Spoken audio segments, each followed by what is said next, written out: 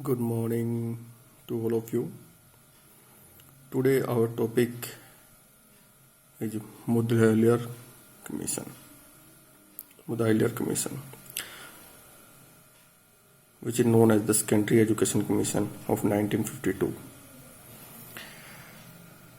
and it was chaired by Dr. A. Lakshman Swami Mudaliar, who was the VC of Madras University. Madras is at that time is known as Chennai. What is the aim of the commission, of education commission? Every education commission aim is to examine the existing system of secondary education of the country. तो जो भी secondary education में नियमानुसार सुधार करने की गुंजाइश है, उनको इस कमीशन को एग्जामिन करना था और अपने जो भी इम्प्रूवमेंट जो वो दे सकते थे वो देनी थी। कैसे देने थे?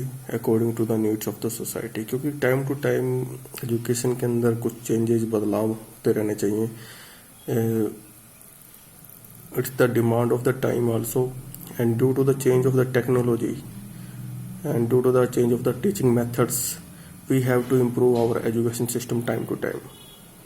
The middle और senior basic, अब इसमें क्या रिकमेंडेशन दी थी? एक तो ये कहा था कि इसमें 3-3 सालों के, जैसे जो हम 6th क्लास से लेकर 12th क्लास तक करते हैं टोटल हमारे, तो मिडिल क्लास जैसे इसने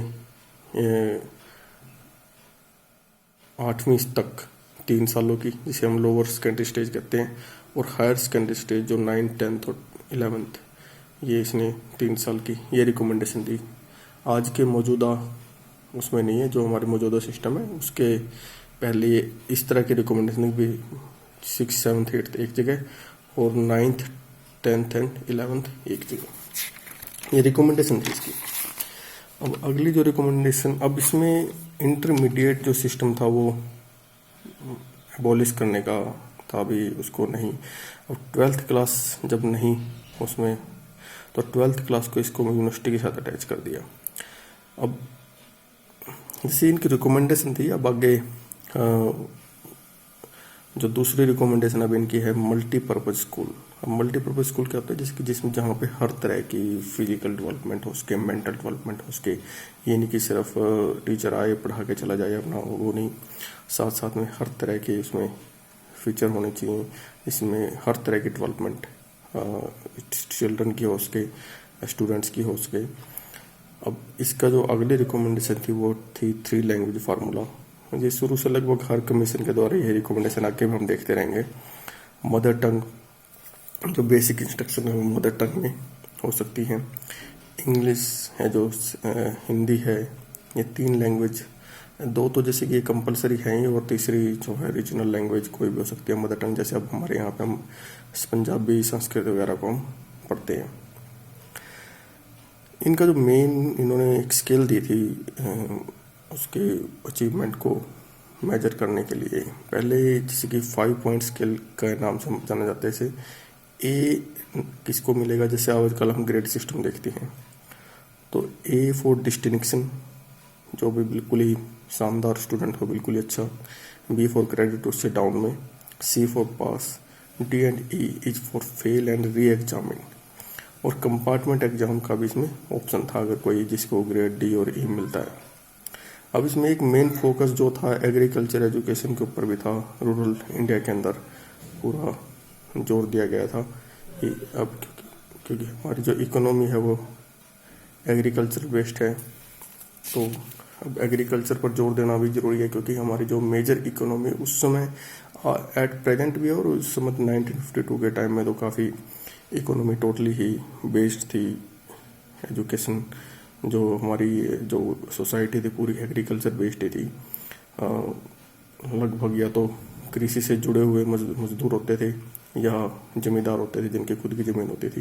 तो इंडस्ट्री वगैरह बहुत ही कम स्केल पे थी हमारे इंडिया में। तो एजुकेशन भी देखो फिर उसी बेस पे होगी कि जब एग्रीकल्चर से रिलेटेड एजुकेशन करवाएंगे तो अच्छी तरह से वो जो किसान हैं अपनी खेती वगैरह कर पाएंगे। आगे जो उन्होंने रिकमेंडेशन दी, टेक्निकल एजुकेशन, कैसे इंडस्ट्री के पास स्पेशल स्कूल खोल दिए जाएँ, मल्टीपर्पज़ स्कूल खोल दिए जाए, जो हमने पहले बताया है। रेजिडेंशियल स्कूल का एक नया कंसेप्ट है, ये गुरुकुल से लिया गया कंसेप्ट है।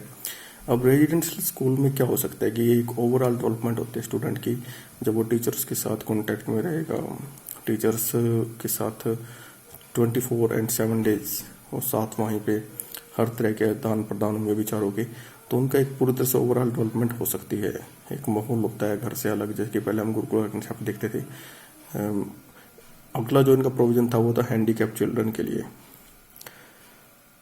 गर्ल्स के लिए इन्होंने कहा कि होम साइंस कंपलसरी कर दी जाए हर गर्ल्स के लिए। अब ज़रूरी भी है होम साइंस, अगर खाना अच्छा बनाना आएगा गर्ल्स को तो वो ये मेरे अनुसार ये ज़रूर हर गर्ल्स को ज़रूर आना चाहिए कि अगर वो खाना अच्छा बनाए तो बहुत ही बढ़िया रहता है। और ये इस कमीशन के द्वारा भी ये माना गया कि होम साइंस तो एक कंपलसरी सब्जेक्ट कर देना चाहिए गर्ल्स के लिए।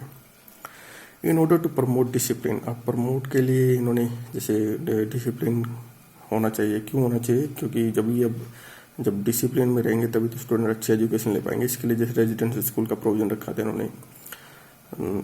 गाइडेंस एंड काउंसलिंग एक नया कंसेप्ट है बिल्कुल, ही भी बच्चों को उनको गाइड करना चाहिए, काउंसलिंग देनी चाहिए टाइम टू टाइम भी वो किस तरह के काम वो कर सके। Supervision and inspection of the school, supervision और इंस्पेक्शन स्कूल की टाइम टू टाइम होनी चाहिए। और इंस्पेक्टर जो एजुकेशन का होना चाहिए वो ऐसा होना चाहिए कि जो एजुकेशन फील्ड से हो। कई बार हम देखते हैं इंस्पेक्शन टीम में ऐसे ऐसे लोग आ जाते हैं जिनको ये नहीं पता होता कि एजुकेशन की ABC भी पता नहीं होती। या किसी फील्ड में हम स्पोर्ट्स में भी देखते हैं, स्पोर्ट्स में कुछ ऐसे कोच बने होते हैं या जो टीम को सिलेक्ट करते हैं, एक मैनेजमेंट टीम होती है वो सिलेक्ट करती है। उनमें से ऐसे कई लोग होते हैं जिनको पता ही नहीं होता उस स्पोर्ट्स के बारे में, और वो ऐसे लोग चुनाव करते हैं। ऐसे ही अब इसमें भी रिकमेंडेड भी एजुकेशन फील्ड से होना चाहिए। जो इंस्पेक्टर अगर जो कोई सुपरवाइज करके जाता है या सुपरविजन करेगा ऐसे स्कूलों की, वो खुद भी एजुकेशन फील्ड से होगा तभी वो अच्छी तरह से इंस्पेक्शन कर पाएगा। आगे जो इन्होंने हेल्थ और फिजिकल एजुकेशन पे इन्होंने रिकमेंडेशन दी थी, teacher education by primary by training colleges. अब क्या टीचर एजुकेशन के ऊपर भी इन्होंने जोर दिया। कॉलेज खोले गए, जैसे हम B.Ed वगैरह हम देखते हैं, B.Ed के कॉलेज हैं, MED के कॉलेज हैं, जैसे आप लोगों का कॉलेज है आप जिस तरह से कर रहे हैं, तो टीचर ट्रेनिंग है ये आप लोग इस समय ट्रेनिंग B.Ed के जितने भी स्टूडेंट्स हैं वो क्या है, ट्रेनिंग अंडर ट्रेनिंग है एट दैट टाइम टीचर के लिए। वर्कशॉप कर सकते हैं, सेमिनार्स कर सकते हैं, रिफ्रेशर कोर्स। जैसे रिफ्रेशर कोर्स क्या है, कोई भी जैसे टीचर्स हैं लगे हुए हैं सरकारी या कहीं पर भी प्राइवेट में भी, तो वो क्या है उनको नए नए जिस तरह की टेक्नोलॉजी के अकॉर्डिंग नए नए कोर्सेज करवाए जाएँ चेंज, जैसे कि अकॉर्डिंग आजकल जैसे अब हम कर रहे हैं ऑनलाइन कोर्सेज शुरू कर रखे हैं सरकार के द्वारा।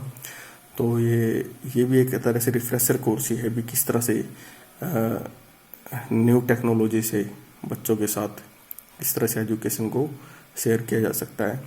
इसी तरह के रिफ्रेशर कोर्स से क्या है हम बच्चों को जो टीचरों को ट्रेन कर सकते हैं अच्छी तरह से।